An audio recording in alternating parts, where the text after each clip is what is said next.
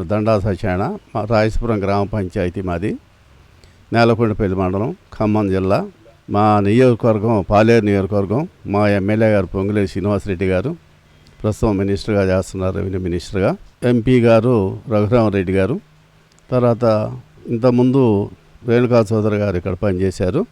ప్రస్తుతం మా రాజకీయంలో నేను 69 నుంచి కాంగ్రెస్ పార్టీలో పనిచేసుకుంటూ వస్తున్నాను.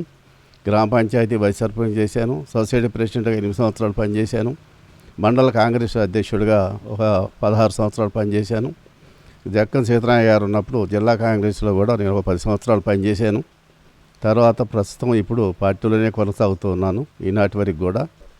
6 గ్యారంటీల్లో విషయంలో ప్రజలు బాగానే ఉన్నారు, కానీ కొంత స్పీడ్ పెంచితే బాగుంటుందని మా ఉద్దేశం. ఎందుకనంటే మేము ఆ రోజు ఎలక్షన్ ముందు అందరికీ చెప్పాం, కొన్ని 100 రోజుల్లోనే ఈ గ్యారంటీ లేని అమలు పరుస్తామని చెప్పేసి వాగ్దానం చేయడం జరిగింది. ఆ వాగ్దానం ప్రకారం ఇప్పుడు ఆ మహిళలకి బస్సుల్లో ఫ్రీ పాస్ చేయటం కానీ, గ్యాస్ సిలిండర్లు 500 రూపాయలకి ఇవ్వటం కానీ, కరెంటు బిల్లు ఫ్రీగా ఇవ్వటం కానీ చేస్తూ జరుగుతున్నాయి. కానీ అందులో కూడా చాలామందికి రేషన్ కార్డులు గత 10 సంవత్సరాల నుంచి రేషన్ కార్డులు ఇవ్వకపోవటం వల్ల చాలామందికి రేషన్ కార్డు లేదు. దానివల్ల ఈ గ్యాస్ సిలిండర్లు ఫ్రీగా రావటం కొంతమందికి ఇబ్బంది జరుగుతుంది. అదేవిధంగా కరెంటు బిల్లు కూడా మాఫీ రావట్లేదు. అవి సత్వరమే వాటిని అమలు చేస్తే, ఇది రేషన్ కార్డులు అమలు చేస్తే ప్రజలకి కొంత న్యాయం చేసిన వాళ్ళు అవుతామని చెప్పేసి నేను ప్రభుత్వానికి తెలియజేస్తున్నాను. ఇవాళ రుణమాఫీ కూడా చాలా వరకు ఉన్నది, కానీ ఈ రేషన్ కార్డు అనేది జాయింట్ పెట్టడం వల్ల ఇప్పుడు 50% వస్తుంది, లోన్లు క్లియర్ అవుతున్నాయి. మిగతా ఈ కార్డు ఇబ్బంది జరుగుతుంది రైతులకి. అది కూడా కొద్దిగా పర్సూ చేసి రేషన్ కార్డులు తొందరగా ఇప్పిస్తే ఆ రైతులందరూ కూడా మనం సహకారం చేసి వాళ్ళకి మనం ఆదుకున్న వాళ్ళం అవుతాం.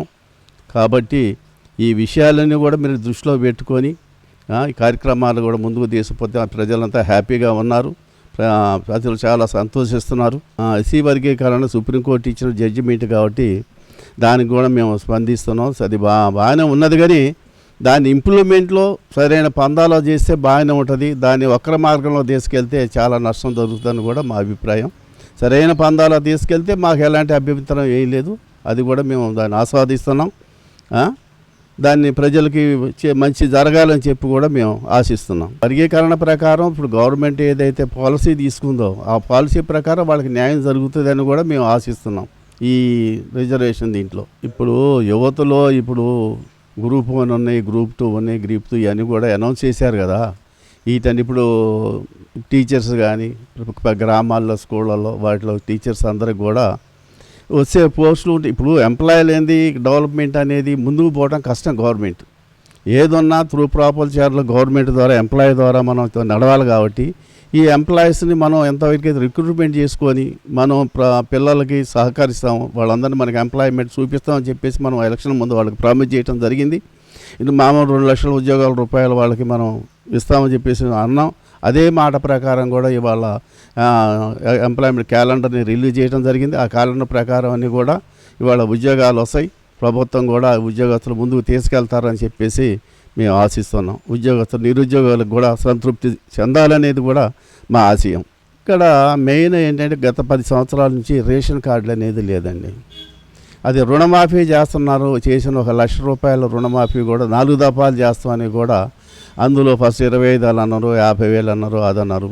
అది సక్రమైన పందాలు వాళ్ళు నిర్వహించలేకపోయారు. ఇది గత ప్రభుత్వాలు గ్రామ స్థాయిలో కానీ ఇవి కానీ పంచాయతీ బోర్డు లెవెల్లో కానీ సరైనటువంటి అవగాహన లేక సరైన పనులు చేయలేకపోయారు. కాబట్టి గత ప్రభుత్వం ఓడిపోవడానికి ముఖ్య కారణం చెప్పి నేను ఆశిస్తున్నాను. అంటే ఖమ్మం జిల్లాలో ఉన్న ఎమ్మెల్యేల్లో రిజర్వేషన్ ప్రకారం 3 ఓసీస్కు ఉన్నాయి, 1-2 ఇక్కడ ఎస్సీలకు ఉండటం జరిగింది సీట్లు, ఎమ్మెల్యే సీట్లు. మిగతా అన్నీ కూడా ఎస్టీకి ఉన్నాయి.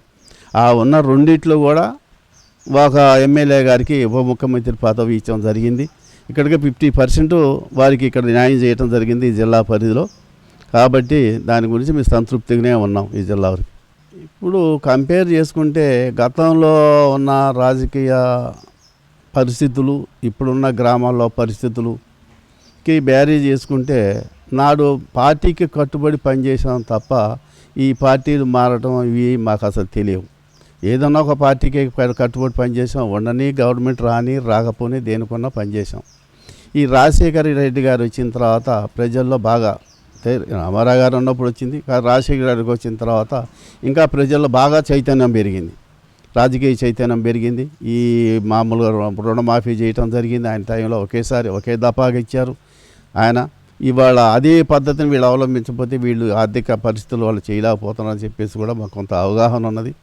ఎందుకంటే రోజు రోజుకి ప్రతి వస్తువు రేటు పెరుగుతున్నది, ప్రతి దానికి ఇదవుతుంది. కాబట్టి రాష్ట్రం కూడా ఉన్న ముఖ్యమంత్రి కూడా అక్కడ ఆర్థిక పరిస్థితిని బట్టి ఆయన నడుచుకోవాల్సి వస్తుంది. కాబట్టి ఒకేసారి ఆయన రాజశేఖర రెడ్డి గారు చేసినట్టుగా రుణమాఫీ వీళ్ళు చేయటం అంటే ఆర్థిక పరిస్థితిని బట్టి నడుచుకోవాల్సి వస్తుందని చెప్పేసి నేను ఆలోచిస్తాను.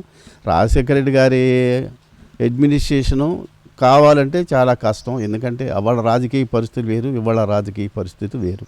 రోజుకి మార్పు జరుగుతుంది, ప్రజల చైతన్యంలో పెరుగుతుంది. ప్రజలను బట్టి కూడా మనం మార్పులు చేసుకోవాల్సి వస్తుంది. కేంద్ర బడ్జెట్ కొన్ని రాష్ట్రాలకు అన్యాయం జరిగింది. కొన్ని రాష్ట్రాలనే వాళ్ళు ప్రాతిపదిక తీసుకొని బడ్జెట్ ఆమోదం చేశారా, ఆ రాష్ట్రాలకి వాళ్ళకి ఏదైతే కొద్దిగా సహకారం ఉండి వాళ్ళకి ఎవరైతే కొద్దిగా సపోర్ట్ చేస్తున్నారో ఆ రాష్ట్రాలకు ఇచ్చినంత ప్రాతినిధ్యం, ఆ రాష్ట్రాలకు ఇచ్చినటువంటి ప్రిఫరెన్సు మిగతా రాష్ట్రాలకి ఇవ్వలేదని చెప్పేసి నా ఉద్దేశం. ఇప్పుడు తెలంగాణలో కేంద్ర బడ్జెట్ అనేది ఇక్కడ కేంద్రం నుంచి వీరు అడిగినటువంటి స్థాయిలో వాళ్ళు కేంద్ర బడ్జెట్ ఇక్కడ రాష్ట్రానికి ఇవ్వలేదు. ఇప్పుడు అదే ఆంధ్ర మీద కంపేర్ చేసుకుంటే ఆంధ్ర తెలంగాణ రెండు విడిపోయిన తర్వాత ఆంధ్రాకి సపరేట్ ప్రతిపత్తి ఇచ్చి వాళ్ళకి 15,000 కోట్ల రూపాయలు వాళ్ళకి ఆర్థిక స్థావత వాళ్ళకి కల్పించి అదే స్థావతని ఇక్కడ తెలంగాణకు కల్పించలేపారు. ఇక్కడ ఉన్నటువంటి వనరులతోనే, ఇక్కడ ఉన్నటువంటి వాటితోనే పాటే ఇక్కడ మనం రాష్ట్రాన్ని ముందుకు తీసుకెళ్లాల్సి వస్తుంది, ఈ రాష్ట్రాన్ని అభివృద్ధి చేసుకోవాల్సి వస్తుంది. కాబట్టి కేంద్రం నుంచి ఆశించిన స్థాయిలో ఇక్కడ సహకారం లేదని అనిపిస్తుంది. ఇది ఎందుకంటే ఇక్కడ ఇప్పుడు లాస్ట్ ఇయర్ 10 సంవత్సరాలు కాదు, 10 సంవత్సరాల్లో ఉన్నటువంటి ప్రభుత్వాలు చేసినటువంటి దీనివల్ల లోటు బడ్జెట్ ఏర్పడితే మన రాష్ట్రంలో ఆ లోటుని భర్తీ చేసుకుంటూ ప్రజలకి అందుబాటులో ఉన్నటువంటి బడ్జెట్ని, అంటే ప్రతి ఒక్కరికి అందుబాటులో ఉన్న సామాన్య ప్రజలకు అందుబాటులో ఉన్న బడ్జెట్ని తయారు చేసి ఆ బడ్జెట్ని పెట్టడం జరిగింది. ప్రజలకి న్యాయం జరిగిద్దని ఈ బడ్జెట్ వల్ల నేను ఆశిస్తున్నాను. అది రాజకీయంగా ఇప్పుడు ఎవరు ఎటు మారుతున్నారు అనేది మేమైతే స్థిరంగానే ఉన్నాం. ఆయన కూడా స్థిరంగానే పార్టీలో కొనసాగుతారు అనుకున్నాం. ఎందుకంటే పార్టీలో టీఆర్ఎస్లో ఆయనకి సరైనటువంటి ప్రాతినిధ్యం ఇవ్వలేదు, సరైనటువంటి ఇది అవకాశం ఇవ్వలేదని చెప్పేసి అని ఆయన పార్టీ మారారనుకుంటున్నాం. ఇవాళ కాంగ్రెస్ పార్టీలో ఆయనకి మంచి ర్యాంకే ఇచ్చారు, సరైనటువంటి ఇదే ఉంది ఇక్కడ పొంగులేటి శ్రీనివాసరెడ్డి గారికి. కాబట్టి ఆయన పార్టీ మారుతారు అనేటటువంటి ఆలోచన అయితే మా మనసులో లేదు. ఇప్పుడు ఒక గ్రామంలో ఒక ప్రజాప్రాతినిధ్యం ఉండేదానికన్నా గవర్నమెంట్ ఎంప్లాయీని చేసేదానికి చాలా తేడా వస్తుంది. ఎందుకంటే ఒక గవర్నమెంట్ అంటే ఆయనకి జనరల్గా రోజువారీ కార్యక్రమాలు ఆయనకు ఉంటాయి, ఇది ఎడిషనల్ వర్క్ ఆయనకి. కాబట్టి ఆ పని చేసుకుంటూ ఇక్కడ దీని మీద కాన్సన్ట్రేట్ చేయాలంటే చేయలేరు. గ్రామంలో ఉండి గ్రామంలో నలుగురితో తెలిసి ఎక్కడ ఏ పరిస్థితి ఎక్కడుంది, ఏది చేయాలా, ఏది ముందు చేయాలా, ఏది వెనక చేయాలా అనేటువంటి అవగాహన గ్రామస్తులకు ఉంటుంది. అదే ఒక ఎంప్లాయీకి అంత ఆలోచన ఉండదు. కాబట్టి గ్రామ పరిపాలన గ్రామస్తులు ప్రజలు ఎన్నుకోబడ్డటువంటి నాయకుల చేత అయితేనే గ్రామం బాగుపడుతుంది, గ్రామం అభివృద్ధి చెందుతుందని చెప్పేసి మా ఆలోచన. ఫస్ట్ మొట్టమొదటి నుంచి కూడా మన నేలకొండ మండలం కొద్దిగా అడ్వాన్స్ మండలం ఇది. ఎందుకంటే మనకి నైజాం గవర్నమెంట్ నుంచి కూడా ఇక్కడ పాలేరు రిజర్వాయర్ నిర్మించడం జరిగింది. పాలేరు నిర్మించి మాకు నీటి సౌకర్యం ఉంది ప్రతి ఎక్కువ గ్రామాలకి. కాబట్టి కొద్దిగా ఇది ఆర్థికంగా నిలదొక్కున్నటువంటి మండలం.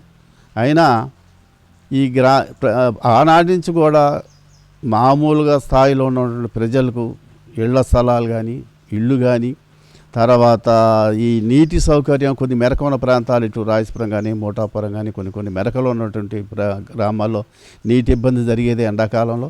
వాటికి కూడా వాటర్ ట్యాంకులు కట్టి నీటి సప్లై చేయటం జరిగింది. అది కాకుండా ఈ రేషన్ కార్డుల ప్రాబ్లం ఒకటి ఆనాటి ఎందుకంటే జనరేషన్ పెరుగుతుంటుంది, కుటుంబాలు పెరుగుతుంటాయి, కుటుంబాల్లో పిల్లలు ఏర్పడుతుంటారు, అందరికీ రేషన్ కార్డులు ఇవ్వాలా. ఆడ నుంచి అన్నీ ఇచ్చుకుంటూ వచ్చాం. చాలా వరకు మేము ఈ మండలంలో ఇళ్ల స్థలాలు ఇప్పించాం. ఇందిరా పథకం కింద ఇందిరాగాంధీ ఉన్నప్పుడు ఇళ్ళు కట్టించాం, చాలామందికి ఇళ్ళు ఇచ్చాం. తర్వాత రేషన్ కార్డులు ఇచ్చాం. తర్వాత గ్రామాల్లో అంతకుముందు ఏముందండి, అన్ని డొంకలు గింకలు మామూలు దారిలే ఉండదు. రహదారుల సౌకర్యం ఏర్పాటు చేశాం. ప్రతి ఊరికి అన్ని రకాల ప్రయాణ సౌకర్యాలు అన్నిటి కూడా మేము డెవలప్ చేస్తూ స్కూలు అంతకుముందు 2-3 హై స్కూల్లే ఉండేది మండలానికి. అలాంటి ప్రతి మండలంలో ప్రతి ఊరికి ప్రైమరీ స్కూళ్ళు, అప్పర్ ప్రైమరీ స్కూళ్ళు, హై స్కూళ్ళు, తర్వాత హెల్త్ సెంటర్స్ ఇవన్నీ కూడా డెవలప్ చేసుకుంటా వచ్చాం మా హయాంలో. మేము బడ్జెట్లో కూడా విద్యకి ఎక్కువ బడ్జెట్ కేటాయించడం జరిగింది. బట్టి విక్రమార్క గారు విద్య మీద బాగా కాన్సన్ట్రేట్ చేసాం. ఎందుకంటే ప్రతి ఒక్కడికి విద్య అందాల. అదేవిధంగా ఆరోగ్య పరిస్థితులు కూడా ప్రతి వాళ్ళకు కూడా ఆరోగ్యశ్రీ కార్డులు జారీ చేస్తామని చెప్పేసి మన ముఖ్యమంత్రి గారు చెప్పడం జరిగింది. దాని మీద వైద్యం మీద కూడా మేము కాన్సన్ట్రేట్ చేసి ప్రతి ప్రౌఢుడికి విద్య వైద్య అనేటటువంటి సౌకర్యాలు మేము కల్పిస్తామని చెప్పేసి మా ప్రభుత్వం ద్వారా మేము తెలియజేస్తున్నాం. అదేవిధంగా గ్రామాల్లో ప్రతి ఒక్కడికి రేషన్ కార్డులు అందజేస్తాం. ఇళ్ళు కూడా ఇయటానికి మేము కొద్దిగా ఈ రుణమాఫీ ఇది క్లియర్ అయిన తర్వాత ఇల్లు కూడా ఇస్తామని చెప్పేసి అంటున్నారు. ఇళ్ళ కార్యక్రమం చూసి ప్రతి ఒక్కడికి ఇల్లు లేని వాళ్ళందరికీ కూడా ఇల్లు ఏర్పాటు చేస్తామని చెప్పేసి మేము తెలియజేస్తున్నాం. అది జరిగింది ఏంటంటే రేషన్ కార్డు లోపం వల్ల జరిగిందండి. ప్రతి ఒక్కరికి మాకు పార్టీ మీ వీఆర్ పార్టీ మా 200 యూనిట్ లోపల మేము ప్రతి ఒక్కరు కూడా ఉచిత కరెంట్ ఇవ్వాలని చెప్పేసి మా స్లోగన్. మేము పార్టీ ఎలక్షన్ ముందు కూడా వాడికి ప్రతి ఎల్లికి తిరిగి మేము చెప్పాం. మేము కరెంట్ మాఫీ చేస్తామని చెప్పేసి అని. కాకపోతే ఈ గత 10 సంవత్సరాల నుంచి రేషన్ కార్డులు ఇవ్వకపోవటం వల్ల అందులో చాలామందికి రేషన్ కార్డు లేకపోవటం వల్ల ఏమైందంటే ఆ కరెంటు బిల్లు అనేది సరిగా వాళ్ళకి క్లియర్ కావట్లేదు. ఈ నెల 2 నెలల్లో రేషన్ కార్డు కూడా క్లియర్ చేసేసి ప్రతి ఒక్కరికి కూడా మేము కరెంటు ఫ్రీగా వచ్చేటట్టు ఏర్పాట్లు మేము చేస్తాం. మేము మా ప్రభుత్వం చేసినటువంటి వాగ్దానాలన్నీ కూడా రాబోయేటువంటి పంచాయతీ ఎన్నికల్లో మా క్యాండిడేట్ని గెలిపిస్తే మేము అందరికీ కూడా 6 గ్యారెంటీలు కాక ప్రతి ఒక్కడికి ఇంటి స్థలాన్ని ఏర్పాటు చేస్తాం, ఇల్లు ఏర్పాటు చేస్తాం, గ్రామంలో నీటి సౌకర్యాన్ని కల్పిస్తాం, వైద్యపరంగా అన్ని రకాలైనటువంటి చర్యలు తీసుకుంటాం, గ్రామాభివృద్ధి కోసం మేము పాటుపడతామని చెప్పేసి మేము ప్రజలకి తెలియజేసుకుంటున్నాం. స్థానిక సంస్థలు అంటే అది ప్రజల మీద నిర్ణయం. ప్రజలందరూ కూర్చొని అందరం గ్రామస్థంలో కూర్చొని ఇగో ఫలానాడైతే ఈ పదవి సరిపోతాడు, ఫలానాది ఇది ఈ పదవి చేస్తే బాగుంటుంది, గ్రామ అభివృద్ధి చెందుతుంది అనేటటువంటి మేము గ్రామస్థం అందరూ కూర్చొని ఆ నిర్ణయం తీసుకుంటాం. ఆ నిర్ణయం ప్రకారమే మేము ఎన్నుకోవడం జరుగుతుందండి. అవకాశం వస్తే చేయడానికి రెడీ. ఎందుకంటే ఇప్పటికీ నాకు 75 సంవత్సరాలు వచ్చినాయి. సరే, నా ఆరోగ్యం సహకరిస్తే నేను చేయడానికి సిద్ధంగానే ఉన్నాను. ప్రజలకు న్యాయం చేయడానికి ఎప్పుడు నేను సిద్ధంగానే ఉంటాను.